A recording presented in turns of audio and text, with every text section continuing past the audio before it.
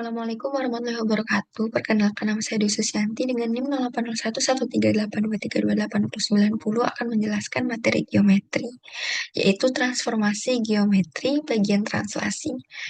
Nah, translasi itu adalah mengubah posisi dari benda awal. Contohnya prosotan. Kalian pernah nggak nih naik prosotan?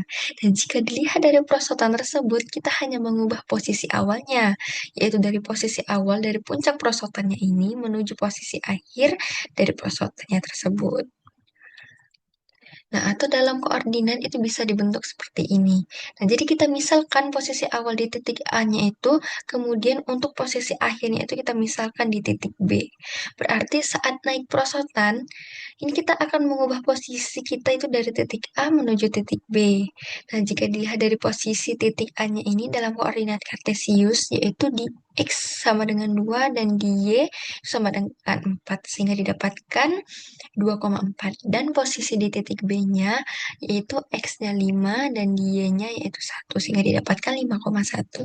Nah, terlihat posisi A-nya itu saat X-nya itu sama dengan 2 itu akan merubah menjadi posisi B, yaitu X sama dengan 5. Dan posisi A saat Y-nya itu sama dengan 4, itu akan berubah menjadi posisi B, yaitu di Y sama dengan 1. Jadi dapat disimpulkan bayangan titik A, X, Y oleh transisi AB itu adalah A aksen, X aksen, Y aksen, atau dapat ditulis dengan A, X, Y itu dilakukan translasi AB menjadi A aksen, X aksen, Y aksen. Nah, jadi X aksennya itu, X itu ditambah posisi awal, X-nya itu posisi awal itu ditambah A. Sehingga ditranslasikan menjadi A sama dengan X aksen dikurang X. Begitu juga dengan Y aksennya, yaitu Y-nya ini itu posisi awal itu ditambah B.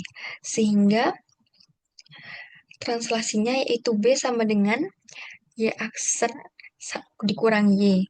Jadi A-nya ini adalah perubahan posisi dari X awal dan B-nya itu adalah perubahan posisi dari Y awal. Selanjutnya, yaitu contoh soal. Nah, di contoh soalnya ini, itu ada sebuah koordinat kartesius.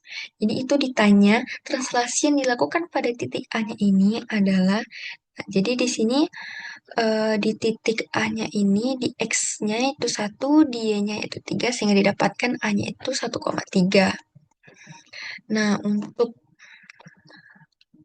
A aksennya itu di X4 dan di Y-nya itu 1 sehingga didapatkan 4,1.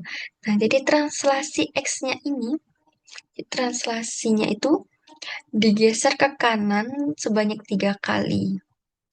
Dan Y-nya itu digeser ke bawah itu sebanyak 2 kali.